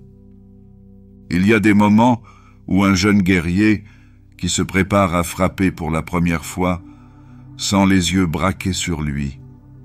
Il a l'impression d'être mesuré, non pas jugé, mais pesé.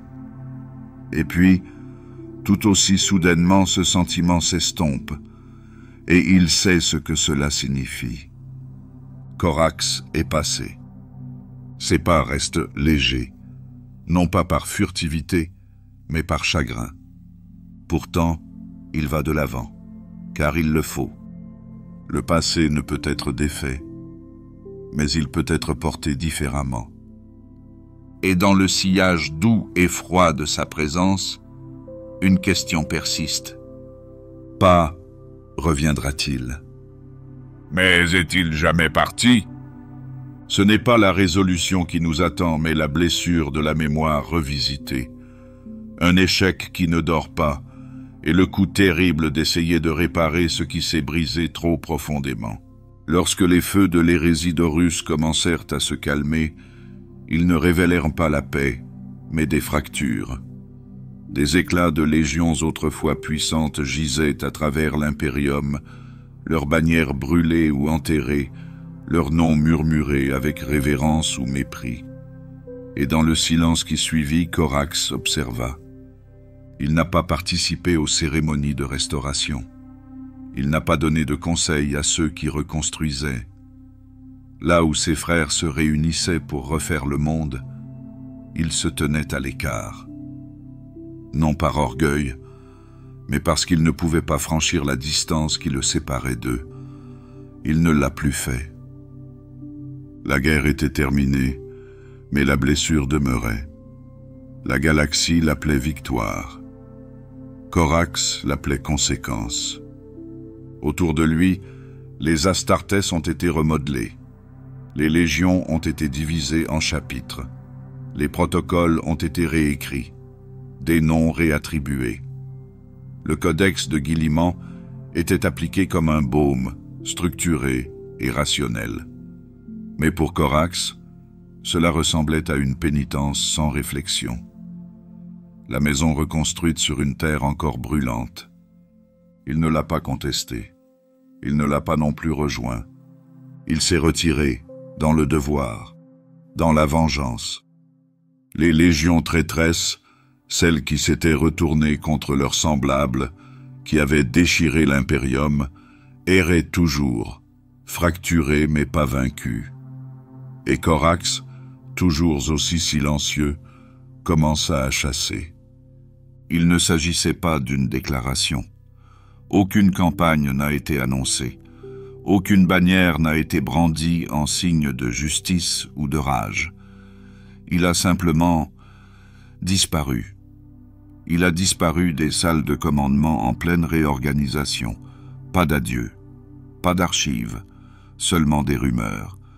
Et puis, une à une, ces rumeurs ont trouvé du sang. De petits détachements de forces traîtresses, des cellules éparses laissées sur place après le siège de Terra, commencèrent à disparaître.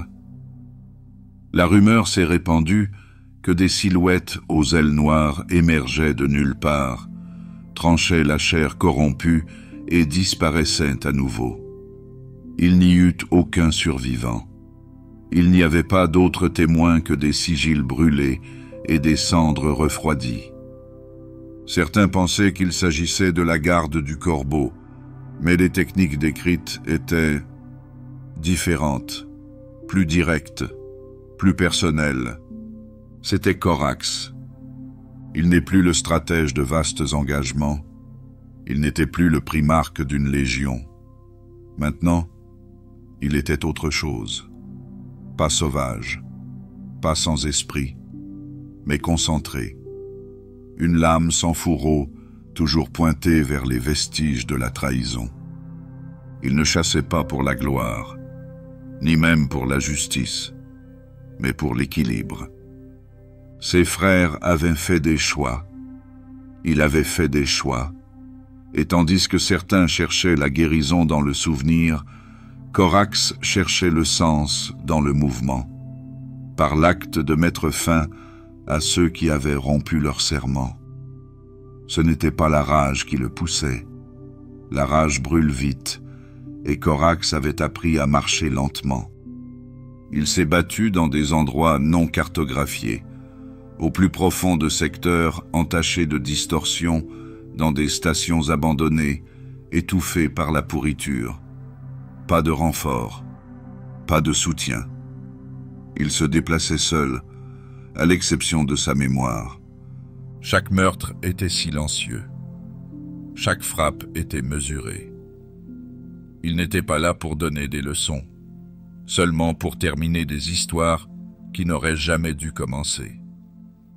Mais la vengeance, comme le silence, ne se termine pas proprement. Elle traîne. Et plus il marchait, moins il trouvait la paix. Chaque traître tué laissait un écho plus grand, non pas de satisfaction, mais de chagrin. Les dégâts qu'ils avaient causés ne pouvaient être réparés. Et ceux qui l'achevaient étaient souvent eux-mêmes des échos, perdus, tordus, loin de ce qu'ils avaient été. Corax commençait à avoir l'impression de tourner en rond. Il ne revenait pas sur le même terrain, mais sur le même sentiment. L'honneur, une fois brisé, ne pouvait être restauré, seulement ombragé. Avec le temps, même ceux qui l'ont suivi, ses fils les plus proches, ont commencé à voir le changement. Il devint plus distant, pas plus froid, mais plus mince, comme une étoile qui s'éteint. Il ne parlait plus de reconstruction. Il n'offrait plus d'espoir. Son objectif s'est rétréci, et comme il s'est rétréci, il s'est assombri. Il ne s'est pas brisé. Mais quelque chose en lui a dérivé, loin de l'impérium, loin de sa famille, loin de lui-même. Il s'était caché dans le devoir, puis dans la guerre. Maintenant, il n'y avait que le mouvement, un cycle sans rythme. L'honneur, qui était autrefois sa boussole, est devenu insaisissable. Est-ce encore de l'honneur que de rendre la justice seule? Était-ce de la vengeance que de frapper sans témoin? Ou essayait-il simplement d'effacer ce qu'il avait permis autrefois? Il n'a jamais répondu à haute voix, mais le silence autour de lui s'est approfondi. Et dans ce silence, la galaxie a changé. Ceux qui se souvenaient de lui ne se demandaient plus où il était parti. Ils se demandaient plutôt s'il était vraiment revenu. Et la garde du corbeau, toujours loyale, ne l'a pas cherché. Ils n'ont pas poursuivi l'écho d'un père qui ne pouvait plus se tenir parmi eux. Ils l'ont laissé dériver, pas par indifférence, mais de la compréhension. Certaines blessures ne sont pas censées se refermer. Devant nous se trouve l'entaille la plus profonde de toutes. La faille née non pas de la guerre, mais de la science, du désespoir, de la tentative de défaire le passé avec des méthodes qui n'ont jamais été conçues pour le toucher. Dans les profondeurs de l'ombre, là où seuls les chuchotements les plus silencieux se font entendre, la garde du corbeau abrite une cicatrice secrète, non infligée par l'ennemi, mais imposée par elle-même dans les heures les plus sombres du désespoir. Cette cicatrice, une série d'expériences erronées, est le regret le plus profond de Corax. L'héritage de ces essais hante non seulement les couloirs de leur monastère-forteresse, mais aussi l'âme même de leur primarque. Corax, poussé par le besoin de restaurer sa légion après les pertes dévastatrices d'Istvan Fa, se tourna vers des moyens aussi radicaux que dangereux. Dans les chambres cachées de la délivrance, les généticiens de la Raven Guard, sous le commandement direct de leur primarque, commencèrent une série d'expériences de clonage. Leur objectif n'est pas seulement de reconstituer leur rang, mais aussi de créer des guerriers capables de mettre fin à la guerre rapidement. Mais toutes les horreurs ne naissent pas de la méchanceté. Certaines naissent de bonnes intentions. Les expériences, d'abord perçues comme une lueur d'espoir, ont rapidement révélé leurs graves défauts. Les clones, bien que puissants, étaient instables, tant mentalement que physiquement. Ils incarnaient la fureur de la guerre et la douleur de Corax, amplifiée et non tempérée par la tempérance d'une gestation et d'une éducation humaine normale. Les échos de ces créations ne résonnaient pas avec les nobles qualités de la garde du Corbeau, mais avec quelque chose de plus sombre, quelque chose qui ne pouvait être contrôlé. Corax voyait ces créations passer du statut de sauveur à celui de monstre, leur existence n'étant qu'une perversion de ses intentions.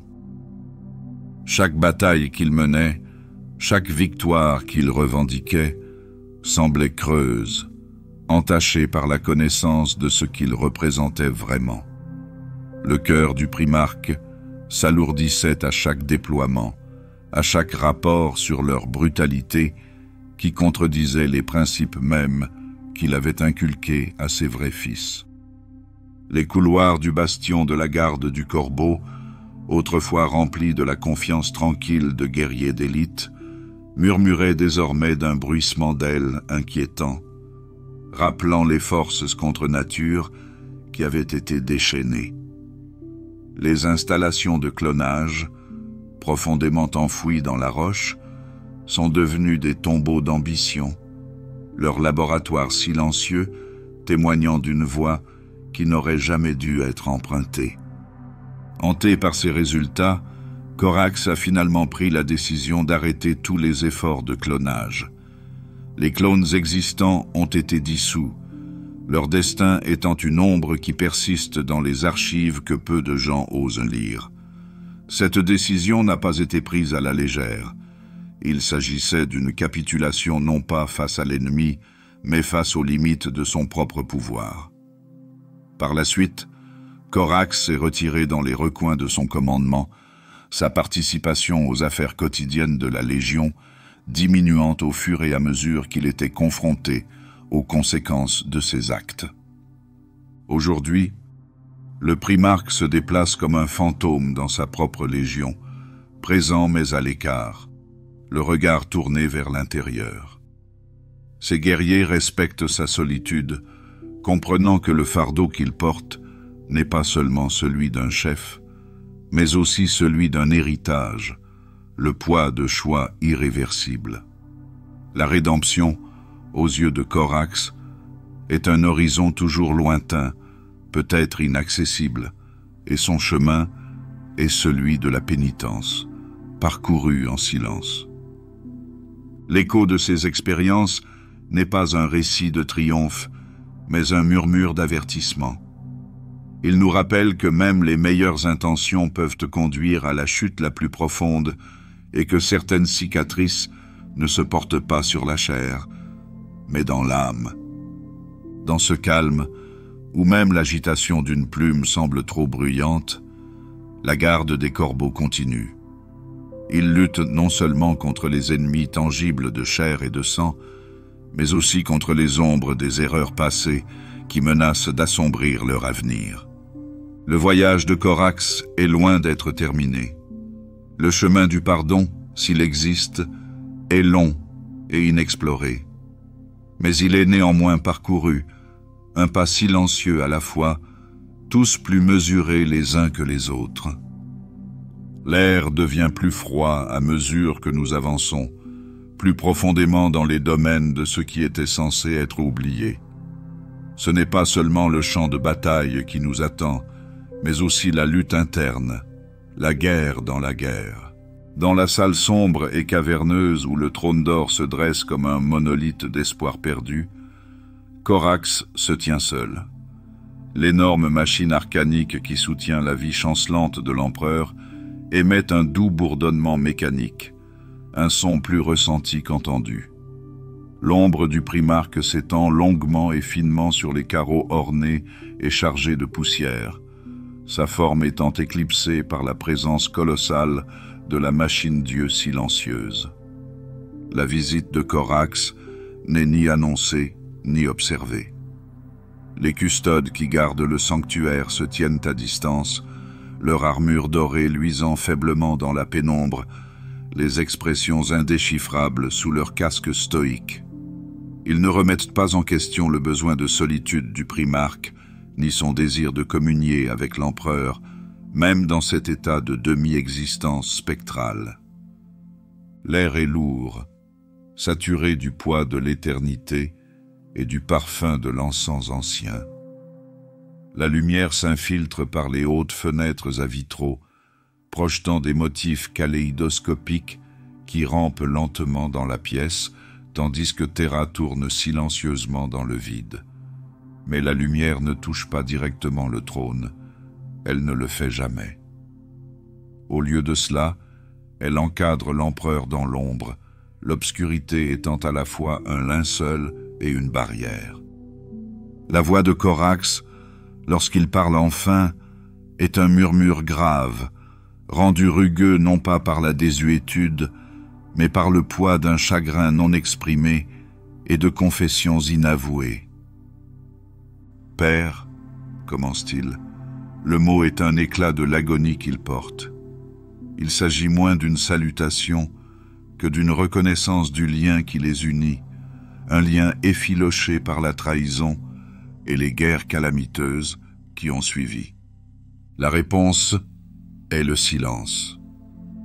La présence de l'empereur est vaste et globale, mais il n'offre aucune parole, aucun geste de réconfort ou de condamnation. L'écho psychique que beaucoup prétendent ressentir dans cet espace sacré, l'afflux d'émotions, le flot d'images et d'avertissements, ne se manifeste pas.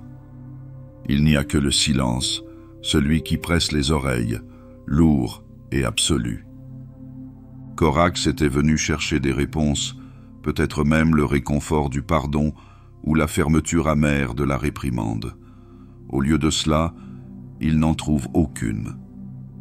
Le silence le force à se replier sur lui-même, lui renvoyant son propre isolement, miroir de la solitude qui a marqué son parcours depuis la fin de l'hérésie. Mais ce silence n'est pas vide.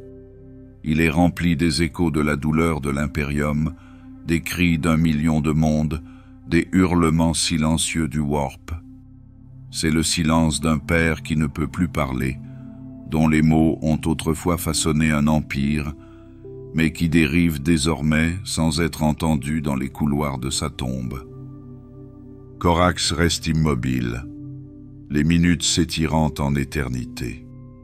Son regard ne quitte pas la figure du trône, le père qu'il ne peut plus atteindre, le souverain dont le rêve d'unité s'est transformé en cauchemar.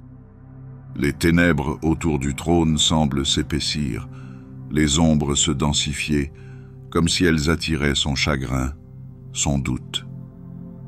Finalement, il se détourne, sa décision n'étant pas prise par défi, mais par résignation.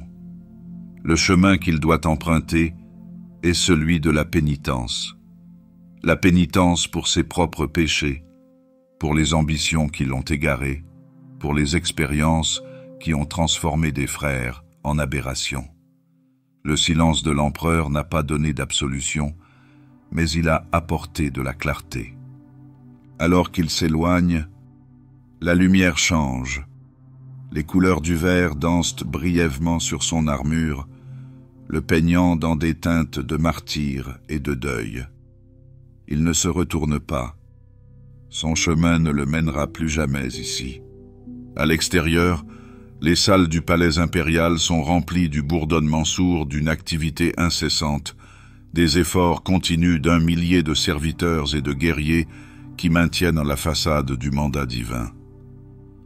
Mais Corax est déjà en train de disparaître dans l'ombre, sa présence s'éloignant du mythe, n'étant bientôt plus qu'un simple murmure dans les annales de la garde du Corbeau. Son retour dans l'ombre n'est pas une retraite, mais une continuation du devoir qu'il a toujours porté. Protéger des ténèbres, non pas avec l'éclat de 1000 soleils, mais avec la détermination tranquille d'une seule ombre inébranlable. Dans le silence de son départ, la vérité demeure. Toutes les réponses ne peuvent être trouvées dans la lumière. Certaines doivent être recherchées dans la solitude de l'âme. À la fin du chapitre, l'écho d'une salle du trône dépourvue de réponse s'estompe pour laisser place au bruissement des ailes d'un corbeau, un son doux comme un soupir dans l'obscurité infinie. Le départ de Corax du royaume matériel n'est ni observé ni célébré. Il n'y a pas de grands adieux, pas de saga héroïque. Il choisit la voie de la solitude, un voyage dans la folie tourbillonnante de l'œil de la terreur. Ce royaume, une boursouflure dans la réalité où la chaîne saigne à travers le voile, n'est pas un endroit pour les timorés. C'est un domaine de cauchemar où la réalité s'effiloche et où les horreurs se manifestent avec une malice capricieuse.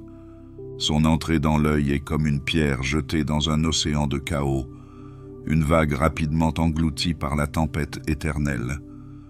Il disparaît non pas pour conquérir, mais pour affronter.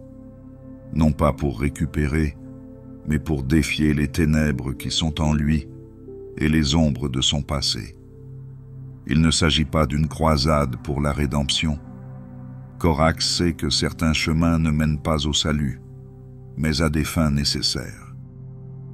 Dans l'œil, la notion de temps se désintègre. Les secondes s'étirent en éternité, et les éternités s'effondrent en instants. Ici, le voyage du primarque devient une tapisserie tissée de fils de tourments et de résolution.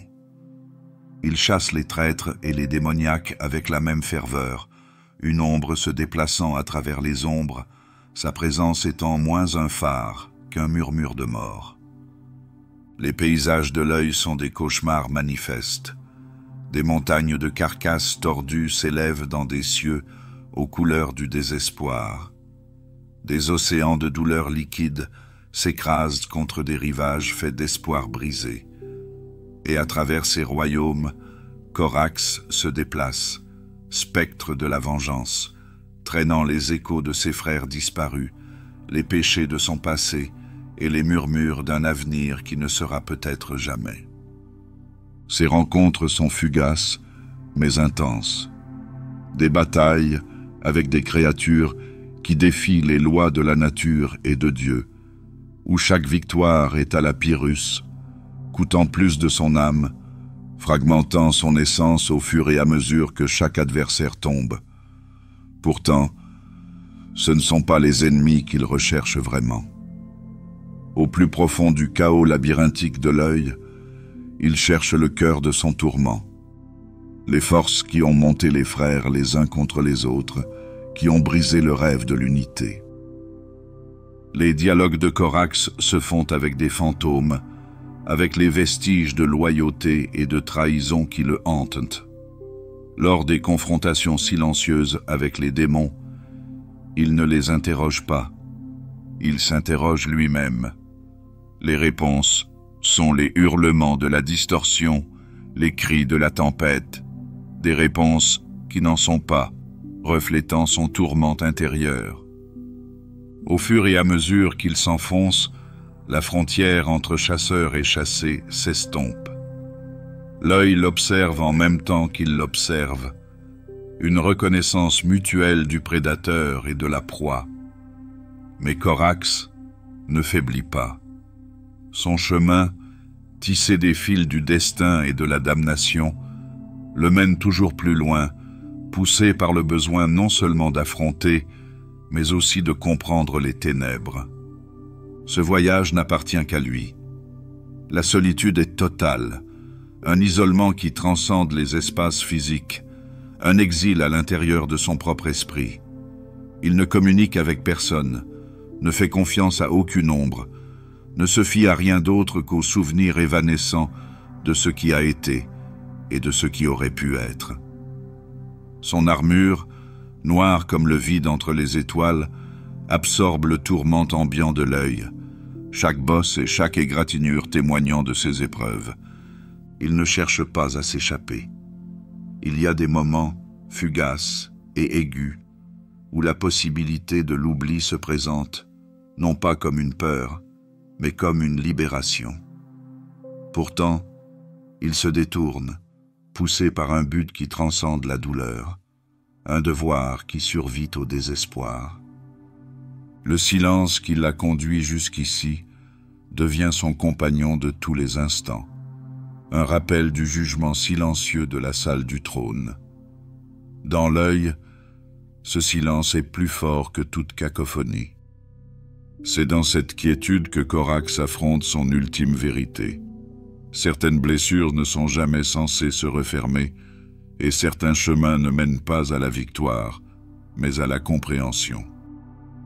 Son destin, qu'il s'agisse d'être défait ou d'émerger à nouveau, reste non écrit dans les chroniques de l'Imperium.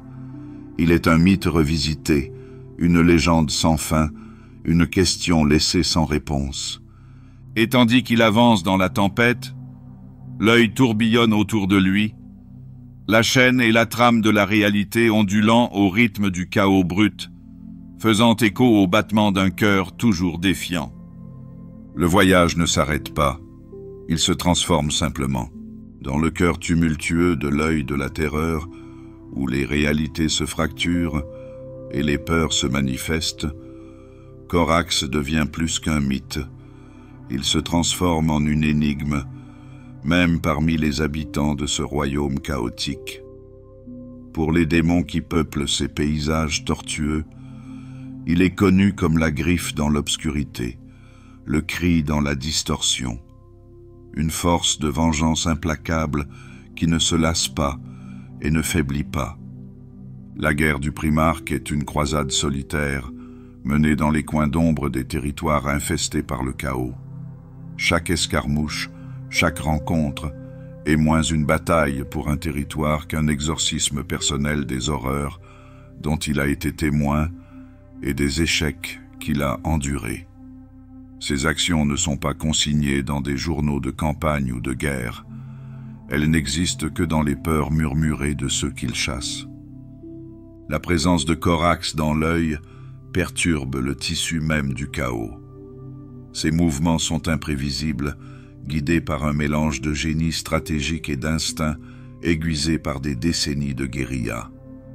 Il frappe là où on l'attend le moins, ses attaques étant marquées par une férocité qui dément la souffrance silencieuse qu'il porte en lui.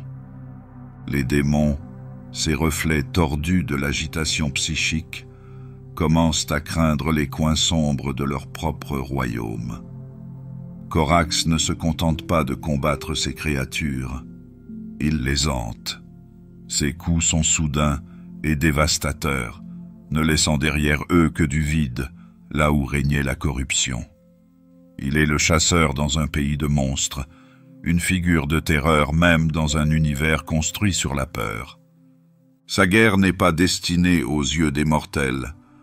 Il s'agit d'une purgation personnelle, chaque victoire étant un pas vers la réconciliation avec le fardeau immuable de son passé. La méthode du Primarque est simple mais brutale. Chaque démon tué, chaque sanctuaire profané, chaque rituel sombre perturbé est un défi au chaos qui a autrefois déchiré sa légion, sa famille. Dans cette nuit éternelle, Corax se déplace comme un spectre. Son armure, noire comme le vide entre les étoiles, absorbe la faible lumière de la distorsion, faisant de lui une partie des ténèbres qui l'entourent. Ses griffes jumelles, connues sous le nom de talons du corbeau, sont des extensions de sa volonté, une volonté qui refuse de céder au désespoir qui s'empare de son esprit. Les légendes qui se développent autour de lui sont racontées à voix basse par les cultistes survivants et les démons qui ont eu la chance d'échapper à sa colère.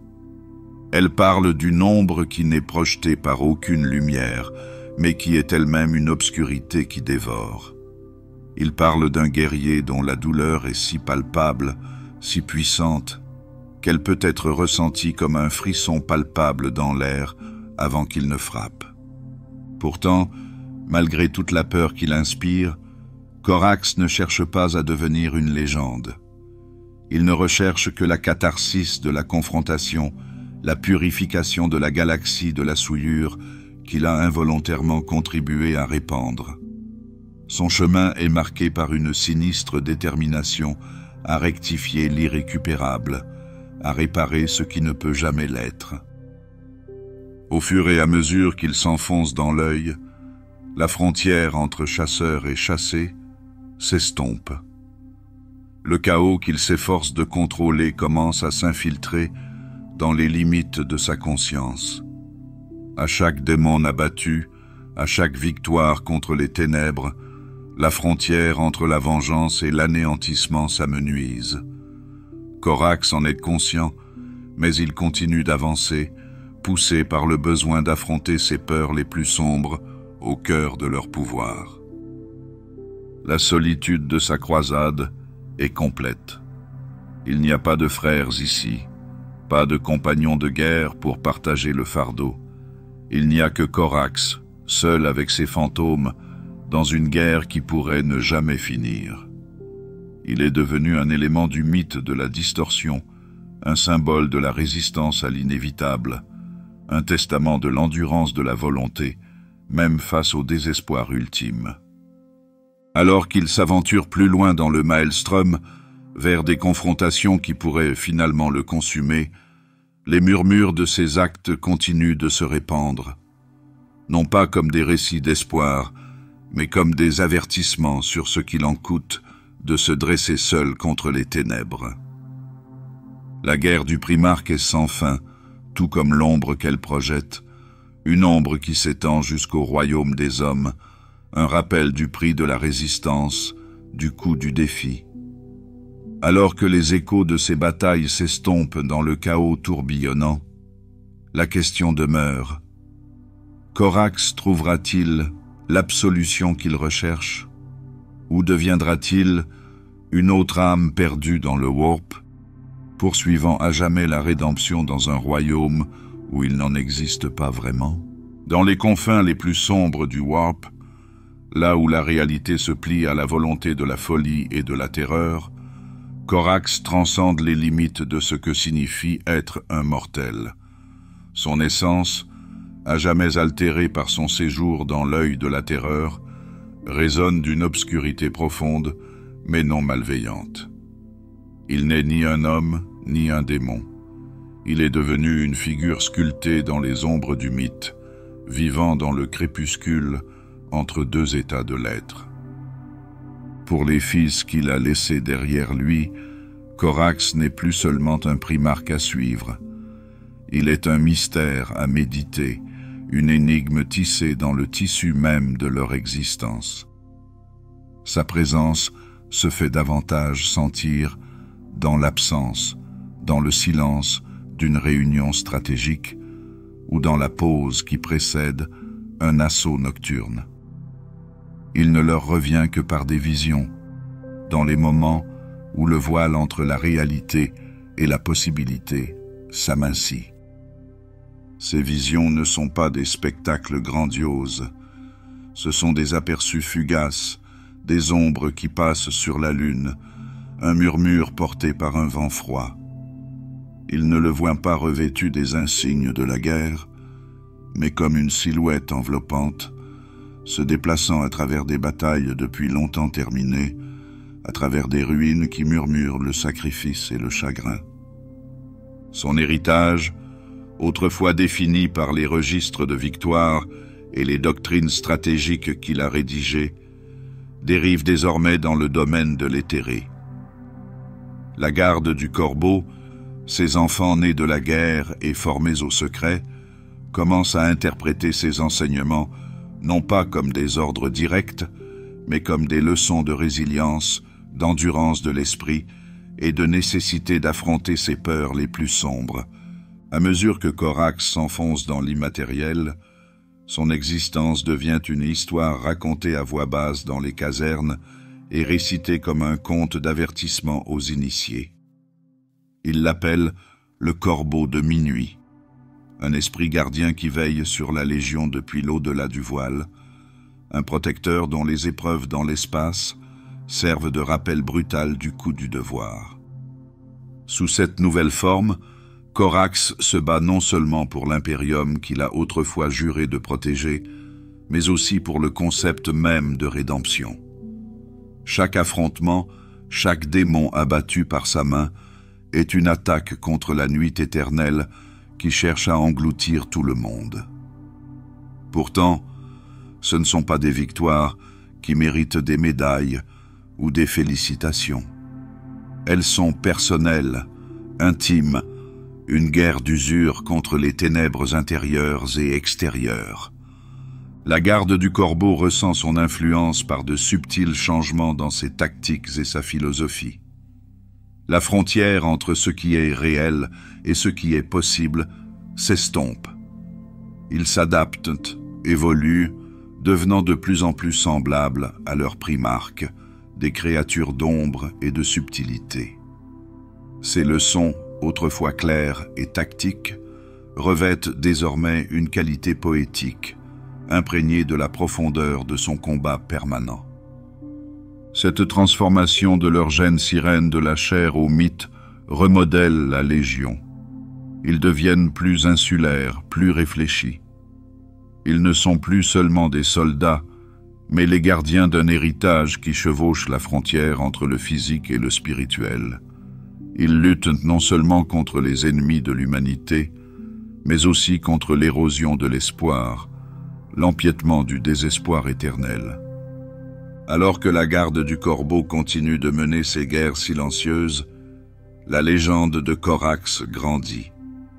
Chaque observation rapportée, chaque sauvetage inexpliqué d'une escouade assiégée ajoute à l'histoire. Il est à la fois nulle part et partout, il fait partie de la chaîne et en est séparé. Il est lié par des chaînes de devoirs qu'il ne comprend pas lui-même.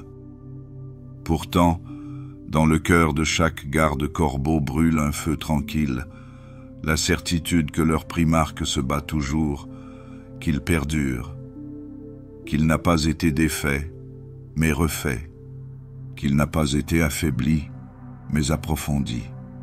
Sa guerre est leur guerre. Son chemin est leur chemin. À la fin du chapitre, la nuit s'épaissit et les étoiles tournent au-dessus de nos têtes dans une procession silencieuse. La galaxie tourne, indifférente aux luttes des dieux et des hommes. Mais pour ceux qui portent le gène de Corax, le combat n'est jamais qu'une question de territoire ou de conquête. Il s'agit de porter une lumière, aussi faible soit-elle, dans l'obscurité. Il s'agit de croire que même en l'absence d'espoir, le combat doit continuer. Et quelque part, dans l'œil de la terreur, le Corbeau de minuit déploie ses ailes contre la tempête, un défi silencieux au chaos qui cherche à tout consumer.